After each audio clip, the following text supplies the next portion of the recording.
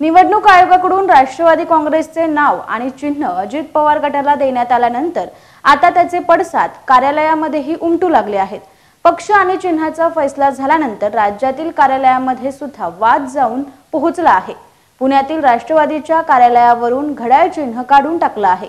मात्र भविष्यात पुण्यातील राष्ट्रवादी कार्यालयावर अजित पवार गटाचा दावा करण्याची शक्यता आहे। त्यामुळे राष्ट्रवादी अजित पवार गट आणि शरद पवार गटाच्या कार्यकर्त्यांमध्ये वाद होण्याची शक्यता आहे। निवडणूक आयोगाकडून राष्ट्रवादी काँग्रेसचे नाव आणि चिन्ह अजित पवार गटाला देण्यात आलं। त्यानंतर पुण्यातील राष्ट्रवादीच्या अजित पवार गटाने जल्लोष साजरा केला। एकमेकांना पेढे भरवत हा जल्लोष साजरा केलाय। अजित पवार गटाचे पुणे शहराध्यक्ष दीपक मानकर यांनी देखील विजयी गुलाल उधळला। त्यानंतर शरद पवार गटाच्या राष्ट्रवादीच्या नेत्यांनी राष्ट्रवादी कार्यालयावरील घड्याळाचं चिन्ह काढून टाकलं।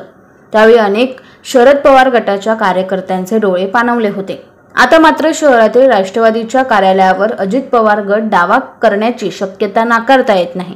मात्र पुण्यातील शहर कार्यालय प्रशांत जगताप यांच्या नावावर असल्यामुळे अजित पवार गटाला कायदेशीर दावा करता येणार नाही, असे प्रशांत जगताप यांनी सांगितले। ही जागा जगताप यांनी भाडेतत्वावर घेतल्यामुळे अजित पवार गटाला दावा करता येणार नसल्याचं त्यांनी सांगितलं आहे। नमस्कार, 91 इंडिया न्यूज नेटवर्क मध्ये आपले सर्वांचे स्वागत।